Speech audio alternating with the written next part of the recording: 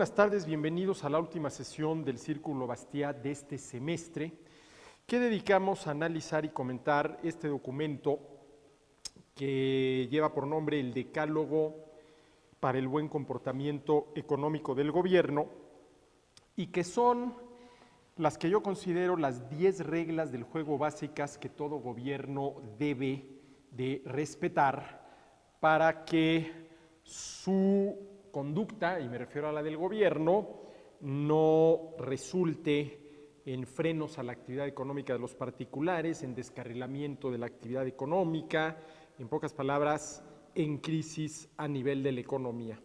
Y hoy nos toca ver, dado que es la última sesión, el último mandamiento, pero antes de llegar a él, quisiera yo, como ya lo he venido haciendo a lo largo de las sesiones anteriores, repasar brevísimamente los 9 mandamientos anteriores, pues para tener ese punto de partida. A ver, el primer mandamiento afirma que reconocerás, e insisto, soy yo hablándole al gobierno, plenamente definirás puntualmente y garantizarás jurídicamente la libertad para trabajar, emprender, ahorrar, invertir, comerciar y consumir, así como la propiedad sobre los medios de producción, el patrimonio y los ingresos.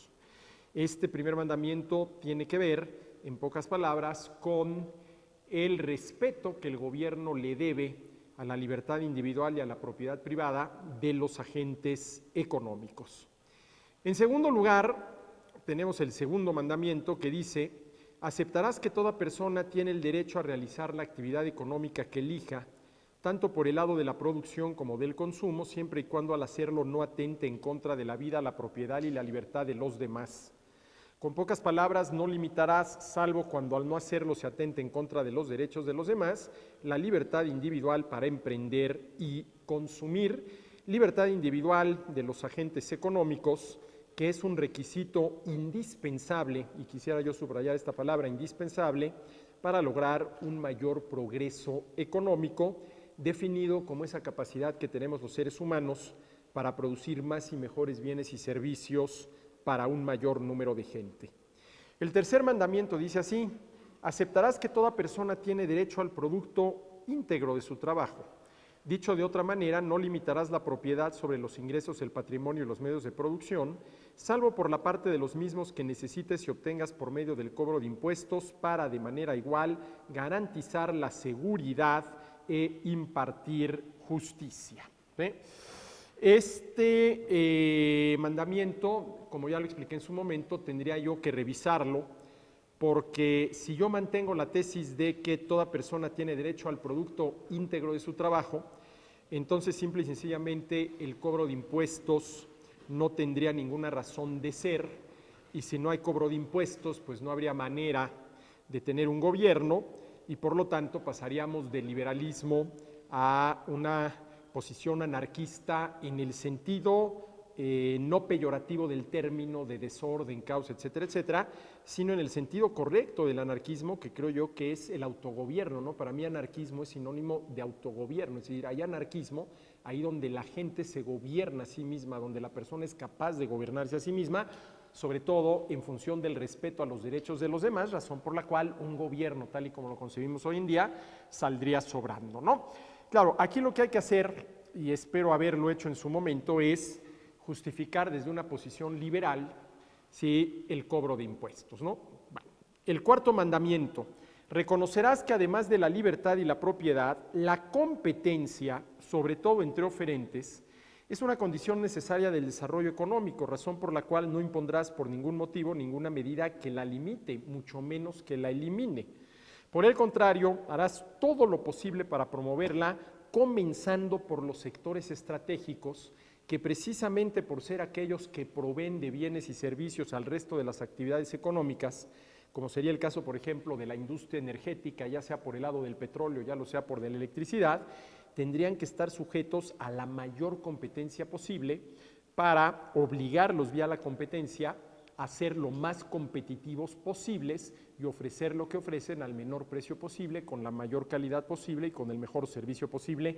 Esto que yo llamo la trilogía de la competitividad: menores precios, mayor calidad y mejor servicio.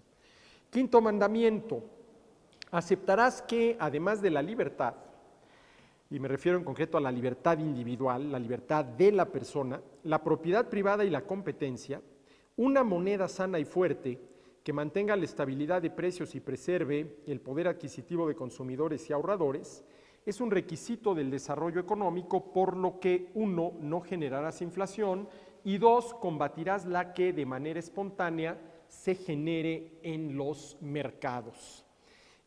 Para decirlo rápidamente, el dinero es el medio que nos permite a los seres humanos potenciar la actividad económica vía el ahorro, la inversión y sobre todo el intercambio. Pero no cualquier dinero cumple correctamente con esta tarea de ayudarnos a potenciar la economía. Ese dinero tiene que ser, y a mí me gusta decirlo siempre en términos, vamos a decirlo así, médicos, un dinero sano y fuerte, que preserve su poder adquisitivo, lo cual es tanto como decir que preserve el poder adquisitivo de los consumidores, pero sobre todo de los ahorradores. Y aquí hay una diferencia importante, porque a ver, si el dinero pierde poder adquisitivo, el consumidor puede de manera relativamente rápida, vamos a decirlo así, enfrentar ese inconveniente. ¿Cómo? Deshaciéndose del dinero lo más rápido posible, es decir, en el momento en que recibe una cierta cantidad de dinero, ir a comprar los bienes y servicios que necesita. Pero ¿qué sucede con el ahorrador? Que por definición es alguien que renuncia a un consumo presente a cambio de un mayor y o mejor consumo en el futuro. Bueno, lo primero que se tiene que dar para que el ahorro realmente opere como debe ser es que el dinero ahorrado preserve su poder adquisitivo, que con una determinada cantidad de dinero hoy y dentro de un año y dentro de 10, y me estoy yendo muy lejos, pero en fin, dentro de 100, se pudiera comprar exactamente la misma cantidad de dinero. 6.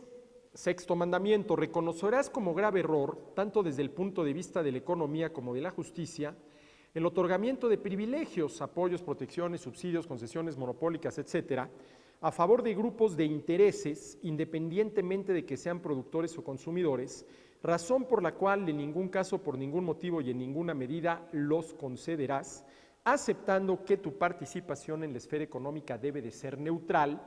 Tema el de la participación neutral del gobierno en la esfera económica, que vamos a retomar cuando en unos minutos más lleguemos por fin al 10º mandamiento, ¿sí? Pero hoy en día y desde siempre, y es interesante ver, por ejemplo, que lo que la mayoría reconoce como el momento del nacimiento de la teoría económica moderna, que es la publicación de La riqueza de las naciones de Adam Smith en 1776, ese momento, ese nacimiento, tiene que ver con toda la crítica y refutación que hace Adam Smith precisamente a estas prácticas por medio de las cuales el gobierno otorga privilegios a determinados grupos de intereses, sobre todo de intereses pecuniarios y en concreto de productores. La riqueza de las naciones, y me refiero al texto, es en muy buena medida una crítica y una refutación del mercantilismo, ¿sí?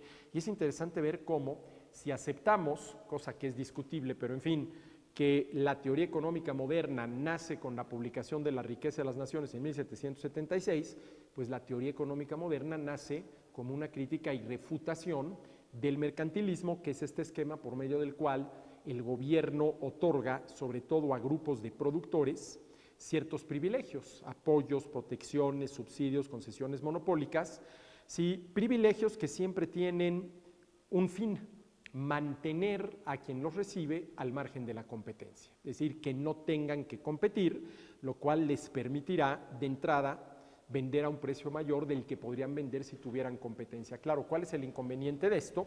Pues que quien acaba pagando los platos rotos es el consumidor, ¿no?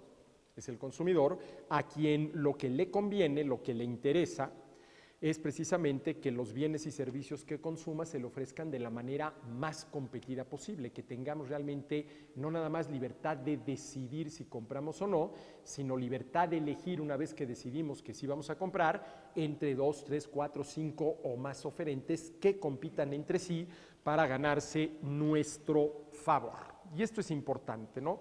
El problema es que muchas veces los gobiernos consideran que es mucho más importante, vamos a decirlo así, proteger a los productores por la falsa creencia de que la actividad económica principal es la producción, y no la de actuar en beneficio de los consumidores, siendo que la actividad económica más importante no es la producción, sino el consumo. Es más, la producción está en función del consumo. Si por alguna extrañísima razón los seres humanos dejáramos de consumir, lo cual querría decir que una de estas amanecemos total y definitivamente satisfechos y ya no necesitamos consumir nada porque ya no tenemos necesidades que satisfacer, pues producir esos satisfactores, desde zapatos hasta anteojos, resultaría verdaderamente absurdo, ¿no? ¿Para qué esforzarse en producir algo que nadie va a necesitar porque ya nadie tiene necesidades que satisfacer? Y esto, insisto, hay que tenerlo muy claro, ¿no? Porque existe la creencia contraria. La más importante de todas las actividades económicas es la producción. No, claro que la producción es importantísima, pero como medio para lograr un fin que es el consumo. El verdadero fin, la actividad económica terminal, la que le da sentido a todas las otras, como pudiera ser, por ejemplo, el ahorro, la inversión, la producción, etcétera, etcétera, el intercambio mismo, es el consumo, ¿sí? Entonces, el gobierno debería de abstenerse de otorgar privilegios a determinados grupos de agentes económicos, ya sean productores y también, dicho sea de paso, consumidores. Séptimo mandamiento, aceptarás como falta peligrosa el déficit presupuestario y por ello el endeudamiento, motivo por el cual por ninguna causa y en ningún monto te endeudarás. Financiarás todo tu gasto única y exclusivamente con impuestos. A ver, el déficit presupuestario es la parte del gasto del gobierno que no se financia con impuestos. Y por lo tanto, una de dos, o termina financiándose con deuda, el gobierno se endeuda para con ese dinero que le prestan financiar sus gastos, o termina financiándose con producción de dinero, ¿sí? El gobierno produce dinero, imprime billetes, los toma recién salidos de la prensa y los utiliza para financiar su gasto, lo cual, para decirlo muy claramente, supone un fraude monumental, ¿sí? ¿Por qué? Pues por lo que ya me he cansado de decir, el dinero no es riqueza, el dinero es el medio de intercambio de la riqueza. Y la riqueza, y por ejemplo esto en Adam Smith ya está muy claro, consiste en los bienes y servicios con los cuales satisfacemos nuestras necesidades. Esa es la verdadera riqueza. Y el dinero no es más que el medio de intercambio de la riqueza. Y el ejemplo que yo siempre pongo para que esto quede muy claro es el del ya multicitado Robinson Crusoe, ¿no? Robinson Crusoe, perdido en su isla, náufrago, aislado del resto del mundo con 100,000 millones de dólares, se muere de hambre. Oye, pero ¿cómo se va a morir de hambre si tiene 100,000 millones de dólares? De acuerdo, pero no tiene absolutamente nada que comprar. No tiene una hamburguesería a la cual recurrir para comprar 2 hamburguesas con una orden de papas y un refresco. Sí. Trasladas a Robinson Crusoe de su isla a Manhattan, que también es una isla, con todo y sus 100,000 millones de dólares, y es Bill Gates o Carlos Slim multiplicado por 2. Pero no por los 100,000 millones de dólares, sino por la cantidad de bienes y servicios que con esa cantidad de dinero puedes comprar en un lugar con Manhattan, ¿no? Entonces, lo que hay que tener muy claro es que el dinero es el medio de intercambio de la riqueza. Ahora, si esto es así, y así es, la primera condición que se tiene que cumplir para de manera legítima producir más dinero, imprimir más billetes, acuñar más monedas, es que previamente se haya producido más riqueza. Si el dinero es el medio de intercambio de la riqueza, suena lógico decir que para producir legítimamente más dinero, previamente tuvo que haberse producido más riqueza. ¿Sí?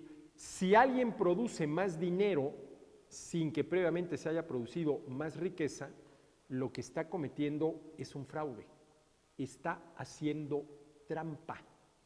Y para explicar esto, déjenme poner el siguiente ejemplo. A ver, vamos a suponer que yo o cualquiera de ustedes tiene en su casa una máquina para hacer dinero legal, no para falsificar dinero, dinero legal, ¿sí? Basta con que aprieten el botoncito verde para que la máquina empiece a lanzar billetes de 500 y es dinero legal. no es dinero falsificado, lo pueden ustedes utilizar para comprar bienes y servicios sin ningún remordimiento de conciencia porque es dinero legal. Pero a ver, si ustedes tuvieran esa maquinita en su casa, la tentación para no volver a trabajar, no tener que producir o participar en la producción de riqueza, no tener que participar en la producción de algún bien o servicio, piensen, por ejemplo, un obrero en la línea de producción en una fábrica, está participando en la producción del bien o servicio que se le va a ofrecer al consumidor. Si ustedes tuvieran esa maquinita en su casa para hacer dinero legal, la tentación para no volver a trabajar sería enorme, porque bastaría con que apretaran ustedes el botoncito verde, la maquinita empezara a imprimir billetes de 500 pesos y con ese medio de intercambio, que es el dinero, podrían ir ustedes a cuanta tienda se les ocurra a comprar cuantos bienes y servicios se les ocurra sin tener que haber producido previamente absolutamente nada. Fíjense lo que tener esa maquinita les permitiría: consumir sin tener que haber producido previamente nada. Bueno, ¿qué es lo correcto? Que antes de consumir produzcamos algo. Piensen nuevamente en Robinson Crusoe. ¿Qué es lo primero que tiene que hacer Robinson Crusoe antes de consumir? Hombre, pues salir al mar a pescar peces, subirse a la palmera a bajar los cocos, ir al arroyo de agua potable a construir un pequeño canal que desvíe el agua donde está su cabaña, etcétera, etcétera. Es decir, tiene que producir, tiene que trabajar, ¿no? Entonces, claro, ¿por qué? Y esto nada más lo dejo como pregunta porque da para todo un círculo Bastiat.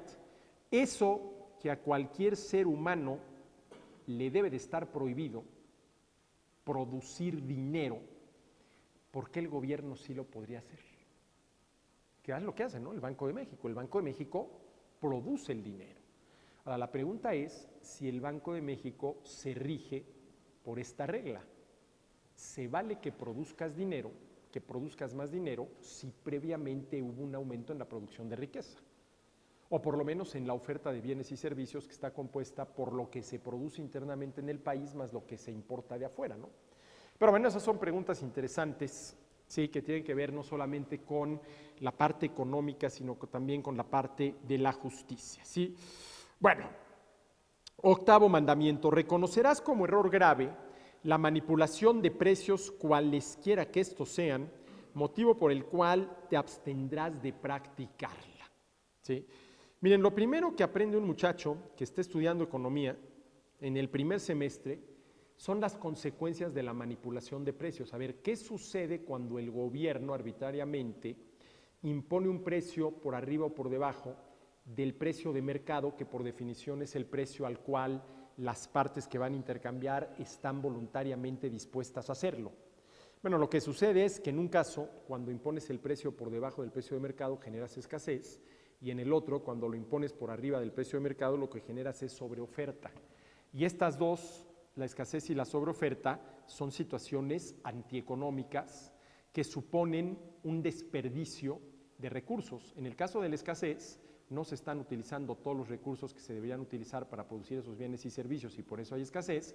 En el caso de la sobreoferta, se están utilizando más recursos para producir unos bienes y servicios que a ese precio nadie está dispuesto a comprar, y esas son situaciones antieconómicas, ¿sí?, que deberían de evitarse. Ahora, la pregunta interesante es ¿por qué esto, que es una de las primeras lecciones que aprende un muchacho que esté estudiando la licenciatura en economía? Una vez que terminan la licenciatura, se van a hacer su maestría, regresan con su doctorado, a muchos se les olvida, ¿no? A muchos se les olvida. Inclusive, por ejemplo, en la Constitución Política de los Estados Unidos Mexicanos, en el artículo 28, se dice que las leyes fijarán las bases para que se determinen precios máximos a los bienes y servicios de consumo popular. O sea, lo que está proponiendo la Constitución es que a los bienes y servicios de consumo popular, cualesquiera que estos sean, y yo quisiera pensar que son los bienes y servicios que todos consumimos, absolutamente todos, ¿sí?, como podría ser cierto tipo de alimentos, se les imponga un precio máximo por debajo del precio de mercado, ¿no? Bueno, afortunadamente esto no se aplica, ¿no? Porque el día que realmente se aplique, que llegue alguien y diga, oye, mira, aquí la Constitución dice esto y no se está haciendo y por lo tanto, en respeto a la Constitución, vamos a empezar a hacerlo, y se aplicaran verdaderos precios máximos a bienes y servicios de consumo popular, como podrían ser, por ejemplo, en el caso de México, las tortillas. Absolutamente todos los mexicanos, desde el más rico hasta el más pobre, consumimos tortillas. Sí, las consecuencias podrían ser desastrosas porque si es realmente un precio máximo, el producto empezaría a escasear. ¿Sí? Bueno, reconocerás como error grave la manipulación de precios, cualquiera que estos sean, motivo por el cual te abstendrás de practicarla. Noveno mandamiento. Aceptarás que el sistema impositivo correcto, el sistema tributario correcto, es el del impuesto único, ni uno más, homogéneo, la misma tasa en todos los casos, universal, sin excepción de ningún tipo, no expoliatorio, para que su cobro no degenere en un robo con todas las de la ley, al consumo, no al ingreso, no al patrimonio, aceptación que te llevará a ponerlo en práctica. ¿Sí?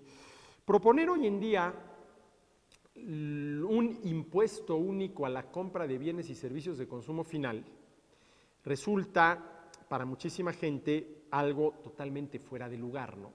¿Sí? Pero si nos ponemos a pensar bien las cosas, si tenemos claro que el problema económico de fondo es el de la escasez, no todo alcanza para todos y menos en las cantidades que cada uno quisiera, y que una condición para que ese problema vaya siendo cada vez menor en el entendido de que nunca lo vamos a resolver, es decir, nunca vamos a vivir en un mundo de abundancia donde todo alcance para todos y en las cantidades que cada uno quisiera, lo que se necesita para lograr, ¿sí?, que ese problema de escasez vaya siendo menor es que se produzca cada vez más, que se produzcan cada vez más y de ser posible mejores bienes y servicios. Y para ello no hay otra. Aquí afortunadamente ya no hay que inventar el hilo negro, descubrir el agua tibia. Lo que se requiere es que directamente se invierta más. La inversión directa es la que abre empresas, la que produce bienes y servicios, la que crea empleos y le permite a quienes obtienen esos empleos generar un ingreso. Y para que se invierta lo más posible, se requiere que un país, en nuestro caso México, o podría ser un estado, se me ocurre ahorita Jalisco, o podría ser una ciudad, se me ocurre ahorita Guadalajara, sean lo más competitivos posibles. Definida la competitividad de una nación, de un estado, de una ciudad, como la capacidad de esa nación para atraer, retener y multiplicar inversiones directas. A ver, atraer que los capitalistas, que son los dueños del capital, decidan invertir en México. Retener que los capitales ya invertidos de manera directa en México, que ese dinero que ya se invirtió y se convirtió en esa fábrica que está ahí enfrente produciendo ropa, se queden invertidos en México. Multiplicar que las utilidades generadas por esos capitales ya invertidos en México se reinviertan en México. Y uno de los elementos muy importante que influye en la competitividad de un país son los impuestos. ¿Se imaginan qué pasaría en México si a las empresas no se le cobraran impuestos? ¿Eso es competitividad? ¿Cuánto más no se invertiría en México? ¿Y cómo le haces para las empresas no cobrarles impuestos? Bueno, hombre, no cobrándoselos, ¿sí? Con un impuesto único a la compra de bienes y servicios, ojo, de consumo final. ¿Cuál es la lógica? Y permítanme repetirlo porque esto a mí me parece muy importante, detrás de esta propuesta a favor del impuesto único a la compra de bienes y servicios de consumo final. A ver, vamos a aceptar, como yo lo acepto, sí, a regañadientes, pero lo acepto, ¿no?, que necesitamos un gobierno, ¿sí?, para que de la manera más honesta y eficaz posible realice su tarea esencial, que es garantizar los derechos de los ciudadanos. Y si aceptamos que necesitamos un gobierno, pues tenemos que aceptar que de alguna manera hay que financiarlo y que la mejor manera de hacerlo es vía los impuestos, no vía el endeudamiento y mucho menos vía la producción de dinero, los impuestos. Bueno, y ustedes van a decidir ahorita, no se van de aquí si no me han decidido, ¿A qué le vamos a cobrar impuestos? ¿A la producción de riqueza? Es decir, ¿a las inversiones de las empresas? ¿O a la destrucción de riqueza? Es decir, al consumo de bienes y servicios. No, espérame tantito. Pero ¿por qué identificas tú al consumo de bienes y servicios como destrucción de riqueza? Bueno, a ver, ya quedamos que la riqueza consiste en los bienes y servicios con los cuales satisfacemos nuestras necesidades. Yo tengo hambre, me preparo un sándwich y me lo como. Estoy consumiendo ese bien. ¿Pero qué estoy haciendo? Estoy destruyendo riqueza. Exactamente lo mismo sucede con los zapatos que ustedes ahorita traen puestos, ¿sí? En la mañana que salieron de su casa se pusieron esos zapatos, han estado caminando con ellos de arriba abajo. ¿Qué están haciendo? Gastándolos. Y tarde o temprano se los van a acabar. Van a necesitar comprar otro par de zapatos. ¿Qué es lo que se hace al utilizar los bienes y servicios para satisfacer necesidades? Se está destruyendo riqueza. Consumir bienes y servicios para satisfacer necesidades supone destruir riqueza. Te vas a acabar los zapatos, los usas tanto que te los vas a acabar. ¿Qué haces cuando te comes un sándwich? Te lo acabaste, lo destruiste esa riqueza, ¿sí? Entonces, a ver, señores, hablando de destrucción de riqueza, ¿a qué le cobrarían ustedes impuestos? O dicho de otra manera, ¿cuál de estas dos actividades, producción de riqueza o destrucción de riqueza, castigarían ustedes con un impuesto? Hombre, pues a mí me queda muy claro que a la destrucción de riqueza, ¿no? Inclusive la misma noción de castigar con un impuesto a la producción de riqueza es una noción medio diabólica, ¿no? Medio diabólica. Sobre todo, y vuelvo a este punto, si aceptamos, cosa que no es muy difícil, que el problema económico de fondo es el de la escasez. No todo alcanza para todos, menos en las cantidades que cada uno quisiera. No hay riqueza suficiente, bienes y servicios suficientes para satisfacer todas las necesidades de todos. Y a las pruebas me remito, señores. ¿Quién de ustedes no tiene una necesidad, un gusto, un deseo o un capricho insatisfecho? Absolutamente todos. También el señor Bill Gates y el señor Carlos Slim, también. Porque la única ventaja que tienen ellos sobre nosotros es que disponen de una mayor cantidad de dinero, pero por ejemplo, con relación al tiempo, están sujetos a exactamente la misma limitación, 24 horas al día y háganle como quieran. No hay manera de agregarle una millonésima de segundo más, ¿no? Entonces, si el problema económico de fondo es la escasez, ¿sí? Y si el objetivo general es ir reduciendo ese nivel de escasez, entonces lo que conviene es que se produzca lo más posible. Y para ello, a la producción de riqueza, dicho de otra manera, a las inversiones de las empresas, desde una tienda miscelánea en la esquina hasta una gran industria transnacional, habría que facilitarle las cosas. ¿Y qué mejor manera de facilitarle las cosas, ¿sí?, que no cobrándole impuestos? ¿Sí? ¿Qué mejor manera de facilitárselas que no cobrándoles el impuesto? Permítanme un momentito, déjenme nada más apagar esto porque se me olvidó, para que no esté molestando.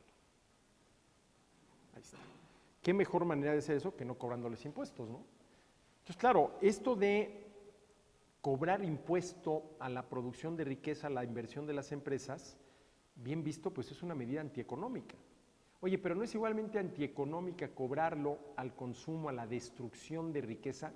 Bueno, sí, pero si aceptamos que de algún lado hay que sacar el dinero para financiar al gobierno, creo que los impuestos llamados indirectos, que son los que gravan la compra de bienes y servicios de consumo final, son menos dañinos que cualquier otro tipo de impuesto, ¿sí? Ahora, ojo, al final de cuentas, cualquier impuesto, ¿sí?, se paga ¿de dónde? Del ingreso de alguien. Nada más que una cosa es que te graben directamente el ingreso, impuestos sobre la renta, por ejemplo, o que te lo graben indirectamente a través de la compra de bienes y servicios. ¿sí? De bienes y servicios. Pero bueno, ahí está este asunto. Y nada más por no dejar, ¿cuántas veces no escuchamos que con relación al cobro de impuestos lo ideal es tener la base de contribuyentes más grande posible? Bueno, ¿cuál es la base de contribuyentes más grande posible? La de los consumidores. Porque consumidores somos todos, absolutamente todos, ¿no? Desde el bebito recién nacido que consume pañales hasta el ancianito a punto de morir que probablemente también consuma pañales, ¿no? Todos somos consumidores. Entonces, la base más amplia de contribuyentes que puede haber es la de los consumidores, ¿sí? Bueno, ese sería el 9º mandamiento, con lo cual llegamos ya al que nos ocupa hoy, que es el 10º mandamiento. Reconocerás que tu tarea en la economía no es la de intervenir, tratando de dirigirlas, por más buenas que sean tus intenciones, en las decisiones y elecciones, acciones que los agentes económicos lleven a cabo, sino la de minimizar el costo de transacción de las mismas. No es la de modificar de manera coactiva y a favor de uno de ellos los acuerdos a los que lleguen productores y consumidores, oferentes y demandantes, sino la de velar por el cumplimiento de los mismos. No es la de participar como productor de bienes y servicios, mucho menos la de planear, conducir, coordinar y orientar la actividad económica de las personas. Es decir, aquí hay una lista de tareas que el gobierno no debería de realizar. Y me voy de atrás para adelante. Tu gobierno no deberías de planear, conducir, coordinar y orientar la actividad económica de las personas. ¿De dónde tomé yo estos 4 verbos? Planear, conducir, coordinar y orientar. Del artículo 25 de la Constitución Política de los Estados Unidos Mexicanos, donde leemos que el Estado planeará, conducirá, coordinará y orientará la actividad económica nacional.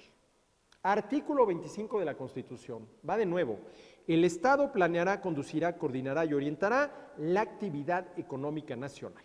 Bueno, a ver, de entrada, de bote pronto, sin mucha reflexión, esto parece correcto, ¿no? Porque, a ver, lo primero que el Estado va a hacer es planear, conducir, coordinar y orientar. Lo contrario es la improvisación, el ahí se va, y por ese camino no llegas a ningún lado. Y además, lo que el Estado va a planear, conducir, coordinar y orientar es la actividad económica nacional de cuya buena marcha depende que sigamos comiendo 3 veces al día. Bueno, dicho esto, ¿cuál es la conclusión? Qué bueno que el Estado planee, conduzca, coordine y oriente la actividad económica nacional, porque si no, pues la actividad económica nacional va a andar ahí al garete, ¿sí? De manera totalmente improvisada, a lo mejor no termina funcionando correctamente y en una de esas, pues ya no podemos seguir comiendo 3 veces al día, ¿no? Pero a ver, lo primero que hay que tener en cuenta es que la actividad económica nacional, así con mayúsculas, aunque en la Constitución no está escrito con mayúsculas, no existe. Miren, a mí cuando me preguntan, oye, ¿cómo va la economía mexicana? Siempre respondo con una pregunta: ¿cómo te está yendo a ti en tu actividad económica? Porque la economía mexicana, la actividad económica nacional, es una abstracción. No pasará de ser una serie de datos macroeconómicos que en la mayoría de los casos no son más que promedios que esconden más de lo que muestran. ¿Sí? Y déjenme ponerles un dato. El viernes pasado el INEGI dio a conocer el crecimiento económico de los estados al 4º trimestre del 2014. Y fíjense ustedes, la tasa de crecimiento promedio, crecimiento económico de los estados en el 4º trimestre del 2014 fue 3.7%. El estado de Querétaro fue el que más creció, con casi 16%, muy por arriba del promedio. Y el que peor se desempeñó, si mal no recuerdo, creo que fue Baja California Sur, con un decrecimiento del 7%. Entonces, hubo un estado que decreció 7%. Hubo otro que creció 16%, ¿sí? Y el promedio fue 3.8%. Por eso yo digo que esos promedios esconden más de lo que muestran, ¿no? ¿Qué es lo que te indican? Bueno, pues el crecimiento promedio de los 32 estados más el Distrito Federal. Pero a ver, si tú te quedas con el promedio, nunca te das cuenta que hubo un estado como Querétaro que creció al 16 y que hubo otro como, si mal no recuerdo, fue Baja California Sur, que decreció al 7%, ¿no? Entonces, cuando a mí me preguntan cómo va la economía mexicana, siempre respondo con esta pregunta: a ver, espérame, ¿cómo te está yendo a ti en tu actividad económica? ¿Qué es lo que a ti te debería de importar, no? ¿Y qué estás haciendo tú para lograr mejores resultados en tu actividad económica, ¿no? ¿Qué quiere decir esto? Que la única manera de que el Estado, que para todo efecto práctico sería el gobierno en turno, planee, conduzca, coordine y oriente la actividad económica nacional sería planeando, conduciendo, coordinando y orientando las actividades económicas de cada quien. Y si así fuera, que afortunadamente no lo es, ¿dónde quedaría, por ejemplo, la libertad individual para trabajar, invertir, emprender, producir, intercambiar, ¿sí?, vender, comprar, ahorrar, consumir? ¿Dónde quedaría la libertad individual si el gobierno planea, conduce, coordina y orienta las actividades económicas de los mexicanos? Hombre, se convertiría en una especie de dictador, ¿sí? ¿Y dónde quedaría la libertad? Y miren, ¿dónde quedaría la libertad? Parte de la respuesta la encontramos en el mismo artículo 25 de la Constitución, porque después de decir que el Estado planeará, conducirá, coordinará y orientará la actividad económica nacional para lograr una serie de fines, se afirma en el artículo 25 constitucional, en el marco de libertades que otorga esta Constitución. A ver, ¿cómo es posible, y de veras que lo digo en serio, que los mexicanos permitamos que la Constitución esté redactada en esos términos? ¿Cómo que en el marco de libertades que otorga esta Constitución? A ver, señores, yo soy libre porque está en la naturaleza del ser humano serlo. Porque a partir de cierta edad, ¿sí?, uno tiene ya la capacidad de decidir y elegir. Yo no soy libre porque alguien graciosamente me haya otorgado la libertad. En todo caso, ¿cómo debería de estar redactado este renglón de la Constitución? En el marco de libertades que reconoce y garantiza esta Constitución. Pero ¿cómo que en el marco de libertades que otorga esta Constitución? Entonces, por lo menos en el ámbito económico, somos libres porque pues ahí la Constitución y quienes redactaron este párrafito, graciosamente, nos otorgan la libertad. Pero señores, esto de entrada es de una arbitrariedad por un lado y de una soberbia por el otro, verdaderamente insoportables. Porque, insisto, el ser humano es libre porque está en su naturaleza serlo, porque tenemos la capacidad de decidir y elegir. Pero bueno, en fin, esos son asuntos de la Constitución, ¿sí? Entonces, tu gobierno no debes planear, conducir, coordinar y orientar la actividad económica, ¿sí? Porque además de que al intentarlo estarías cometiendo una injusticia, porque estarías tratando a los agentes económicos como piezas en un tablero de ajedrez que puedes mover a tu voluntad, al final de cuentas resulta imposible. Y los remito a la que para mí es una de las mejores lecciones de economía que puede haber, que es el famosísimo texto de Leonard Read, que lleva por nombre Yo, lápiz, en el cual Read, el autor del texto, demuestra que no hay absolutamente nadie en el mundo que tenga todos los conocimientos y todas las habilidades para poder producir él solo un lápiz. ¿Sí?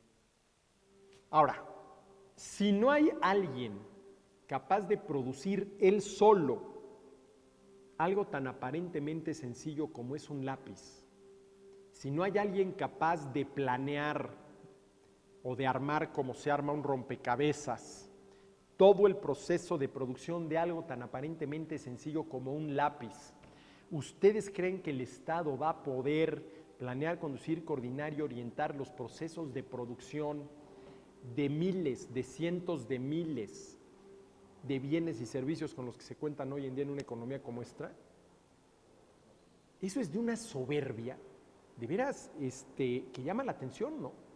Pensar que ahí hay alguien capaz de planear, conducir, coordinar y orientar la actividad económica nacional. Esto es de una soberbia, ¿sí? Increíble, ¿sí? Bueno.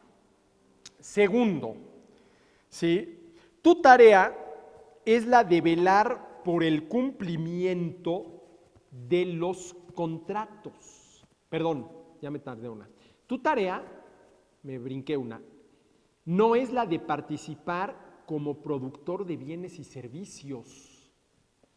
¿Sí? A ver, señores, ser empresario, en el entendido de que son los empresarios quienes producen los bienes y servicios, forma parte de la tarea esencial de un gobierno. A ver, si ustedes piensan en el gobierno, identifican inmediatamente las tareas del gobierno con las tareas que desempeña un empresario, y por empresario no me refiero necesariamente a los grandes o grandotes, sino a don Pepe, el dueño de la miscelánea de la esquina, que por ser dueño es el empresario, el que está al frente de su negocio. Pues no, ¿sí? No es tarea esencial del gobierno, ¿no? Es más, ahí el gobierno no está actuando como gobierno, sino como empresario. ¿Qué sentido tiene que el gobierno termine actuando como empresario, no? Para eso están los empresarios que lo hacen infinitamente mejor. De entrada, por una razón muy sencilla. ¿Cuál es la gran diferencia entre don Pepe, el dueño de la miscelánea de la esquina, y el director general de Petróleos Mexicanos? Que el director general de Petróleos Mexicanos no pasa de ser un administrador, mientras que don Pepe, que tiene que ser administrador, antes que administrador, y mucho más importante que como administrador, es el dueño de su negocio. Esa tiendita de la esquina tiene un dueño. Petróleos Mexicanos no. A ver, ¿quién es el dueño de Petróleos Mexicanos? Claro, tendríamos que definir qué es la propiedad, pero ¿cuál es, al final de cuentas, la característica que define a la propiedad? El derecho de enajenar aquello que es de uno. Y enajenar quiere decir regalarlo, o venderlo, o heredarlo. A ver, señores, esta pluma es mía, y es mía, porque yo tengo el derecho de regalártela a ti, de heredársela a uno de mis hijos, o de vendértela a ti. ¿Sí? ¿Alguien en este país puede hacer eso con Pemex? No. No. ¿De quién es Pemex? Ahora, no estoy preguntando de quién es el petróleo, porque se supone que el petróleo como recurso natural es de todos nosotros, ¿no? Y eso se podría discutir porque ahí sí se trata de un recurso natural, un don de la naturaleza que esté en el subsuelo. Me refiero a los fierros, a la empresa Pemex, ¿sí? Entonces, claro, ¿qué quiere decir que don Pepe sea el dueño de su negocio y que el director general de Pemex no pase de ser un administrador del mismo? Que don Pepe tiene muchos más y mejores incentivos para administrar bien su negocio que en un momento dado los que pudiera tener el director general de Pemex. ¿Por qué? Porque si don Pepe toma una mala decisión, quiebra su negocio y él sufre un quebranto patrimonial. Pierde su patrimonio. En cambio, si el director general de Pemex toma una mala decisión y quiebra la empresa, primero, ahí está el gobierno para rescatarla, ¿no? Con dinero de los contribuyentes. Y en segundo lugar, pues él no sufre ningún quebranto patrimonial porque, sí, Pemex no es de él. Fíjense la importancia de la propiedad privada como un incentivo para administrar bien una empresa. Y claro, eso es lo que le falta precisamente a las empresas del gobierno, ¿no? A ver, ¿de quién son? Del gobierno. Bueno, sí, pero ¿quién es el gobierno? Porque ahorita, a ver, a nivel federal, el gobierno lo encabeza una determinada persona que dentro de 3 años se va del cargo y llega otro, y así cada 6 años, ¿no? Entonces, ¿de quién es aquello, no? ¿De quién es aquello? La tarea del gobierno no es la de participar en la actividad económica como productor de bienes y servicios. Oye, pero ni en los sectores estratégicos, menos en los sectores estratégicos. ¿Sí? ¿Por qué? Porque como le mencionaba hace rato, son estratégicos aquellos sectores que proveen de bienes y servicios al resto de las actividades económicas. Por ejemplo, la industria energética. La industria energética, por el lado de la electricidad o por el lado del petróleo, ¿sí?, provee de energía al resto de las actividades económicas. A ver, ¿qué actividad económica, en mayor o menor medida, ¿sí?, de manera esencial o meramente accidental, no utiliza electricidad o gasolina? No, es que las artesanías, lo que se sigue haciendo con la mano, bueno, vamos a suponer las artesanías, lo que se sigue haciendo con la mano, pero ese taller artesanal no estará alumbrado con luz eléctrica, y una vez que la artesanía está terminada, no se transportará al mercado con una camioneta movida por gasolina, o el taller artesanal, por ser artesanal, está alumbrado con velas y el producto se traslada al mercado en carretas tiradas por burritos. No, lo más probable es que, por más artesanal que sea el taller, esté alumbrado con luz eléctrica y que el producto se lleve al mercado, ¿sí?, cuya una camioneta movida con gasolina, ¿no? Entonces, precisamente los sectores estratégicos tendrían que estar sujetos a la competencia para ser más competitivos, para poder ofrecer lo que le ofrecen al resto de las actividades económicas al menor precio posible, con la mayor calidad posible y con el mejor servicio posible.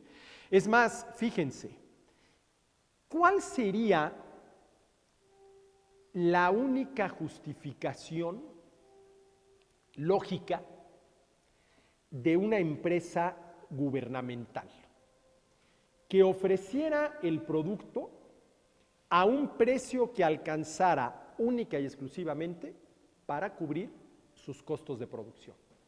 Es decir, al menor precio posible. Es decir, que no sea una empresa con fines de lucro. Porque una empresa con fines de lucro lo que va a intentar es vender su producto al mayor precio posible. Ahora, a ver si el consumidor se deja, ¿no? A ver si el consumidor está dispuesto a pagar ese precio al que se le está ofreciendo el producto. Pero una empresa del gobierno, la única justificación que le podríamos encontrar es que sea una empresa sin fines de lucro. ¿Y qué quiere decir una empresa sin fines de lucro? Que el precio al que venden la mercancía sea suficiente única y exclusivamente ¿para qué? Para cubrir el costo de producción. Hombre, que se tiene que cubrir. Ahí sí, ¿no? Hombre, queremos seguir teniendo este bien, este servicio, pues yo como consumidor tengo que estar dispuesto a pagar un precio que por lo menos cubra su costo de producción. Ahora analicen ustedes el caso de Pemex, ¿sí?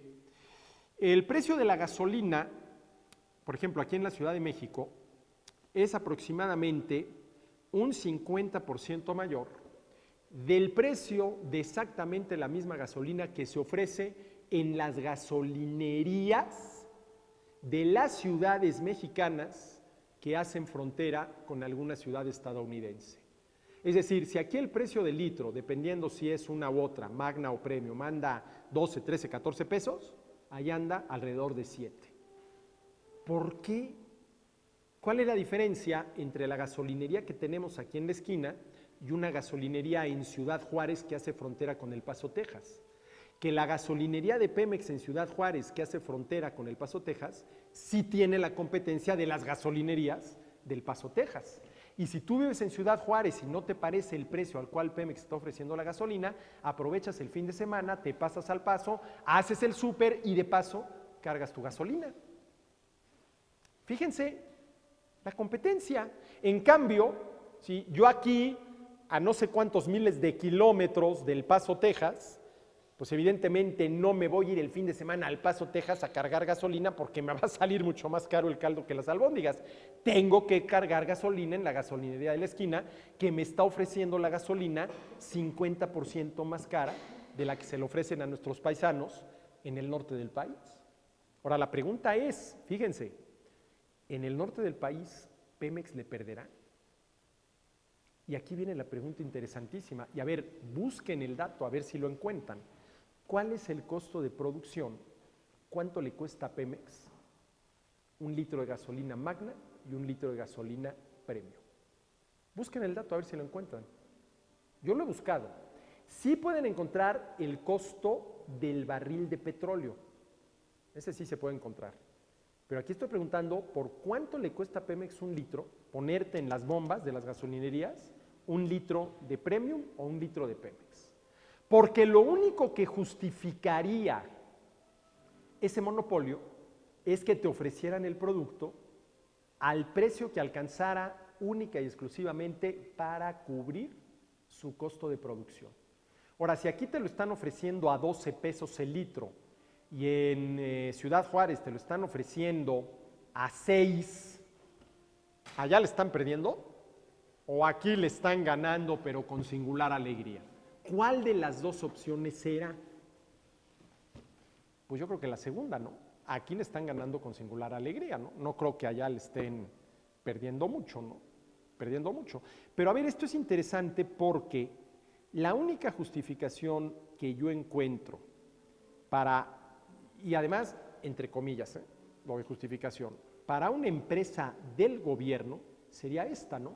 Que fuera realmente una empresa sin fines de lucro y que por lo tanto ofreciera el producto al precio que alcanzara única y exclusivamente para cubrir sus costos de producción. Pero fíjense, en el caso de Pemex hay una cosa muy interesante. Se supone que el petróleo se debe de explotar en beneficio de los mexicanos, ¿no?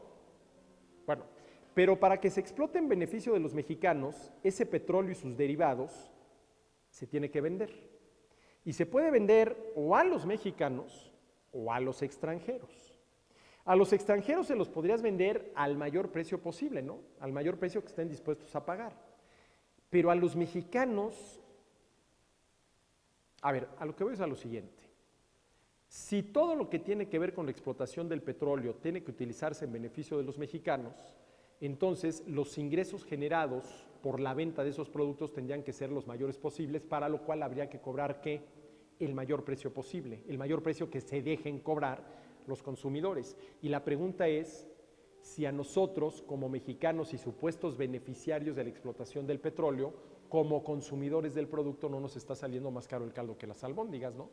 Porque a lo mejor me cobran a 12 pesos el litro de la gasolina y de esos 12 pesos que pago como consumidor, como ciudadano y supuesto beneficiario de la explotación del petróleo por parte del gobierno, me regresan 2. No, pues ¿sabes qué? Muchas gracias, ahí déjala, ¿no? Pero bueno, en fin, ¿sí?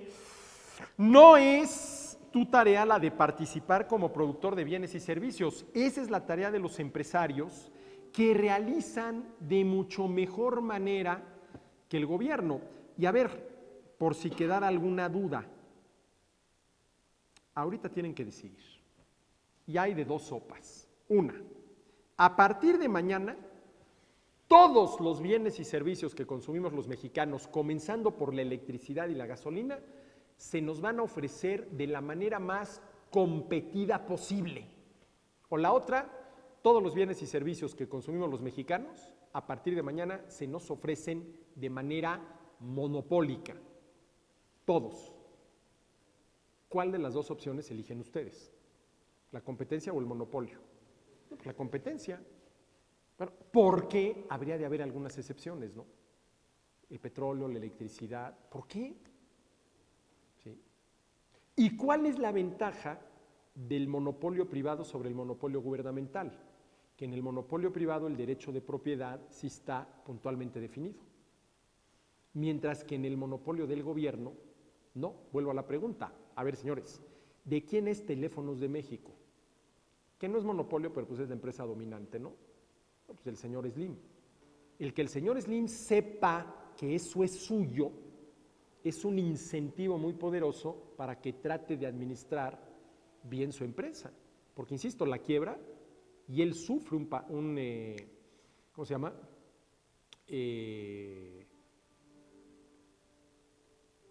Patrimonial, pero ¿cómo se dice la palabra? Un descalabro patrimonial. En cambio, el actual director de Pemex toma una mala decisión, quiebra la empresa, él no sufre ningún quebranto patrimonial. ¿Sí? Bueno.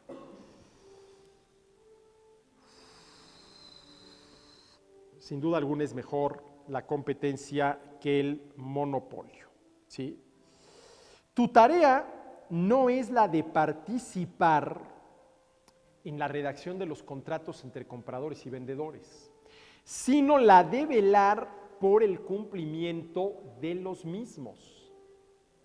¿Sí? Tú no tienes, gobierno, por qué intervenir en los términos en los cuales está redactado, por ejemplo, un contrato de compraventa entre un oferente y un demandante.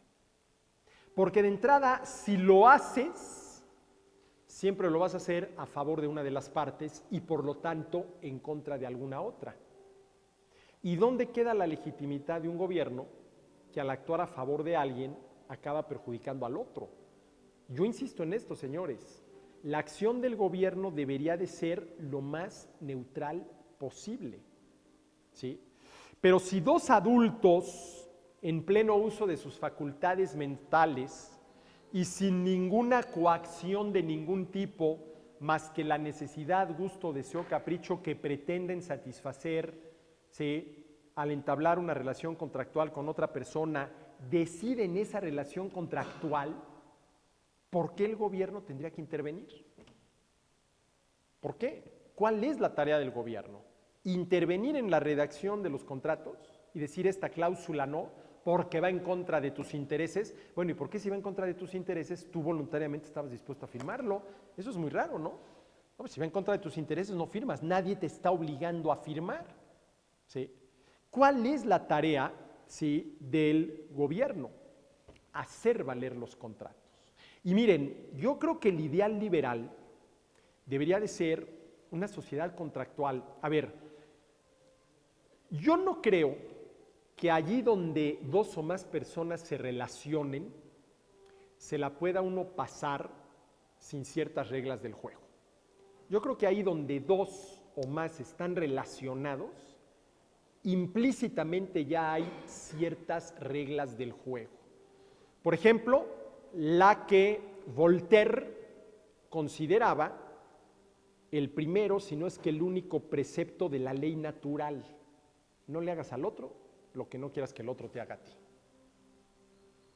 ¿Sí? A ver, vamos a suponer que nosotros naufragamos en una isla y no hay más personas que nosotros. Bueno, ¿cuál sería la primera regla del juego para convivir? Pues que yo no les haga a ustedes lo que no quiero que ustedes me hagan a mí, lo cual de entrada me da derecho ¿a qué? A exigirles que no me lo hagan porque yo no te lo estoy haciendo, ¿no? Y yo creo que todos ustedes pensarían exactamente lo mismo, ¿no? Sí. Ahí donde hay dos o más personas conviviendo, se necesitan reglas del juego, que podrán ser implícitas, no hay que escribir un decálogo, nada, pero lo entiendes, ¿no? Imagínense dos náufragos en una isla y uno de ellos se dedica a fastidiar, a hacerle la vida de cuadritos al otro. Bueno, va a llegar un momento en que el otro va a reaccionar y a ver cómo acaba aquello, ¿no? A lo mejor acaban con los dos muertos a golpes. Para poder sobrellevar la situación, lo primero que se requiere es no hacerle al otro lo que no quieras que el otro te haga a ti. ¿Sí? Se necesitan reglas del juego. Y esas reglas del juego, señores, una de dos: o son, vamos a decirlo así, consensuadas voluntariamente por las partes involucradas, o son impuestas por una autoridad.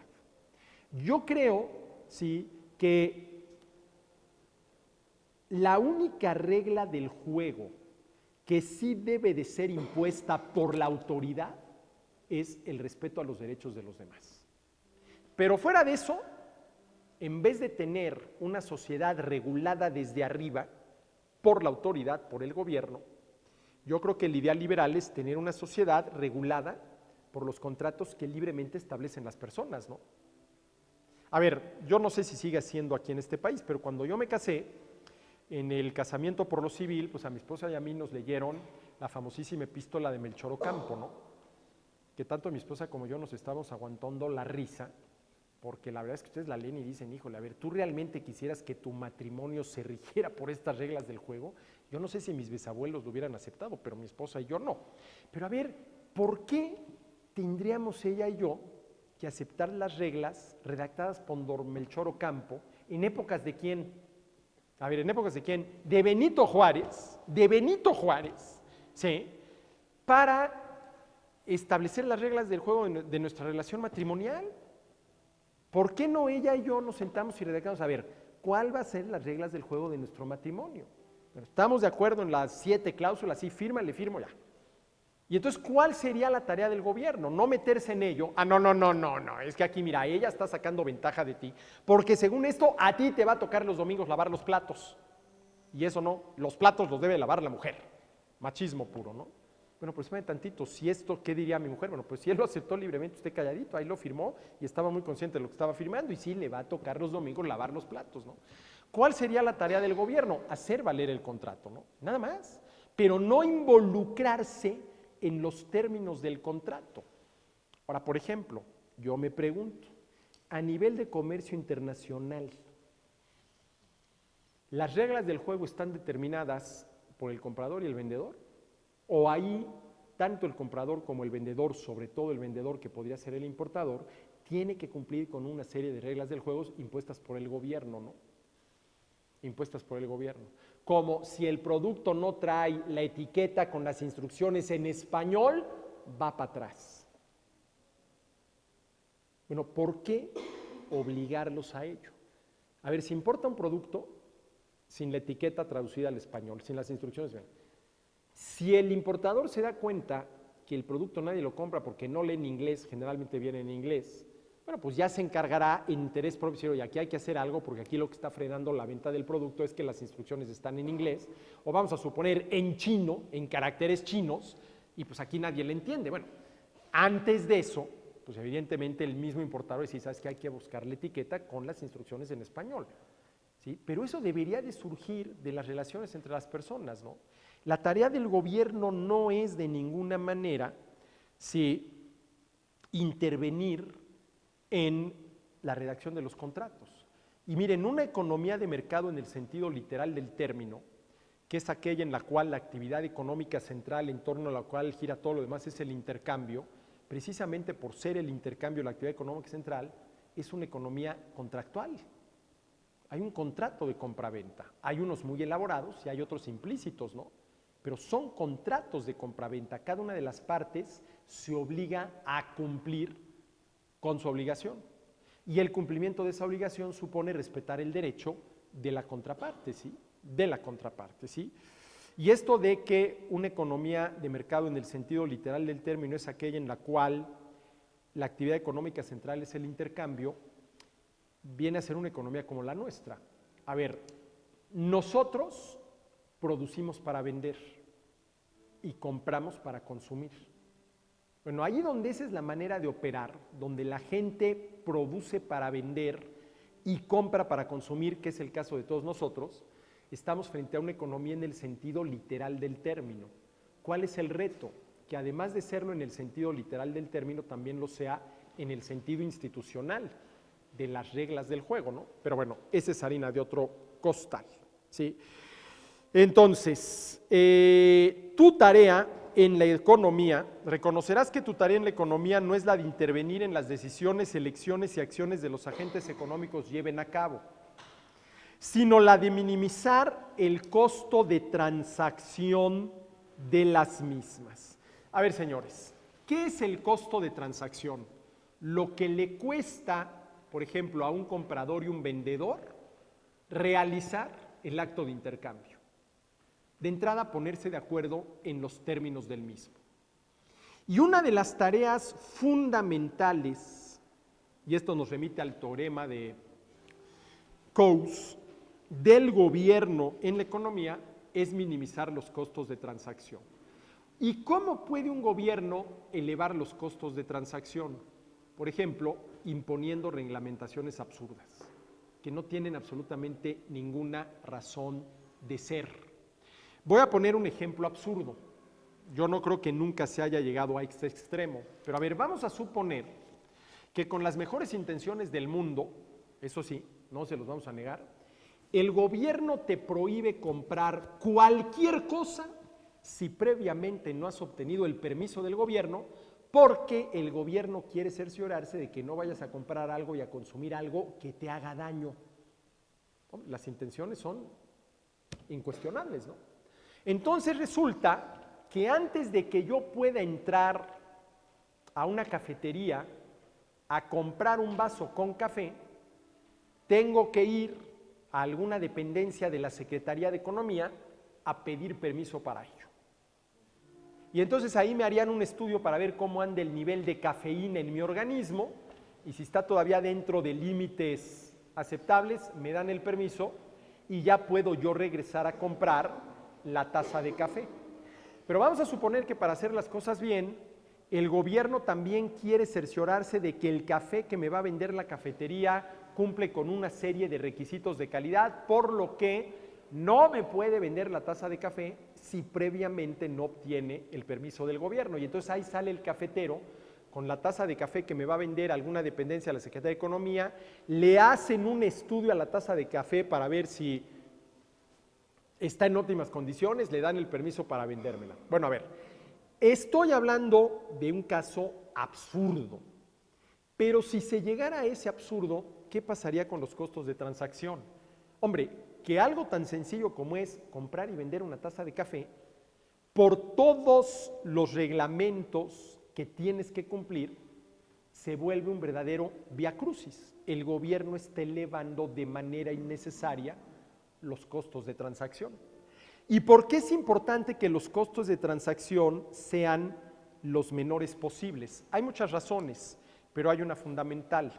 A ver, señores, nuestro nivel de bienestar depende de la cantidad y calidad de los bienes y servicios de los que podemos disponer. ¿De qué depende la cantidad de los bienes y servicios de los que podamos disponer? Entre otras cosas, del número de transacciones comerciales que podamos realizar, por ejemplo, a lo largo de una semana. ¿Sí? Si los costos de transacción fueran cero, se realizaría, ¿sí?, todas las transacciones que fueran, ¿qué?, deseables. Si el costo de transacción fuera cero, se realizaría la mayor cantidad de transacciones posibles. Conforme vas aumentando el costo de transacción, el número de transacciones que se realizan va disminuyendo, la disposición de bienes y servicios que puede tener una persona va disminuyendo, su nivel de escasez va aumentando, ¿sí?, y su nivel de bienestar va disminuyendo. Por eso es tan importante, señores, este tema de los costos de transacción. Tienen que ser los menores posibles y ahí sí es tarea del gobierno. Inclusive podría facilitarlos, ¿no?, los costos de transacción. Entonces, este 10º mandamiento, ya para terminar, dice: reconocerás que tu tarea en la economía no es la de intervenir en las decisiones, elecciones y acciones de los agentes económicos, no es la de intervenir en las decisiones, elecciones y acciones que los agentes económicos lleven a cabo. Tienes que respetar la libertad individual, ¿sí?, sino la de minimizar el costo de transacción de las mismas. Dicho de otra manera, sino la de facilitarle la vida a los agentes económicos, no imponiéndoles regulaciones absurdas. No imponiéndoles regulaciones absurdas.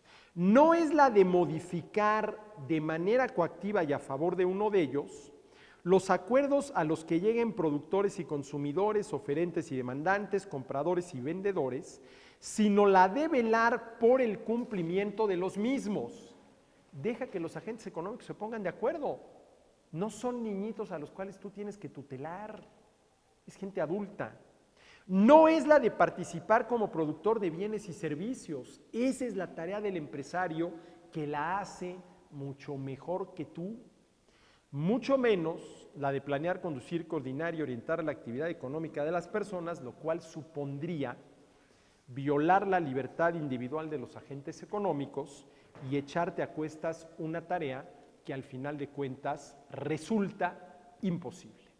Tal y como lo demuestra, y con esto termino, ese texto que para mí sigue siendo, insisto, una de las principales lecciones de economía, maravilloso, que es Yo, lápiz, I, pencil, de Leonard Read, donde Leonard Read lo que pone de manifiesto, entre otras muchas cosas, es la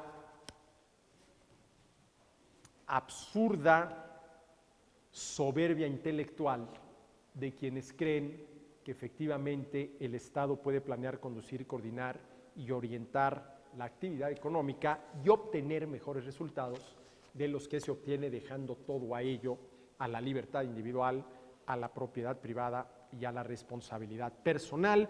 Con lo cual, señores, pues damos por concluido este ciclo del Círculo Bastiat, dedicado al análisis y comentario de esto que yo llamé el decálogo para el buen comportamiento económico del gobierno, que espero haya sido de utilidad. Y créanme que yo sí estoy convencido que algo así hay que imponerle a los gobiernos para evitar que estos, con malas políticas económicas, injustas e ineficaces, descarrilen la economía. Pues hasta aquí este ciclo del Círculo Bastiat. Agradezco muchísimo a la Fundación Friedrich Naumann y a Caminos de Libertad el que hayan estado apoyando esta iniciativa. A todos ustedes por haber asistido y estén pendientes a los mensajes, sobre todo de Twitter en las redes sociales, porque esto seguramente se reanuda en agosto. Muchísimas gracias.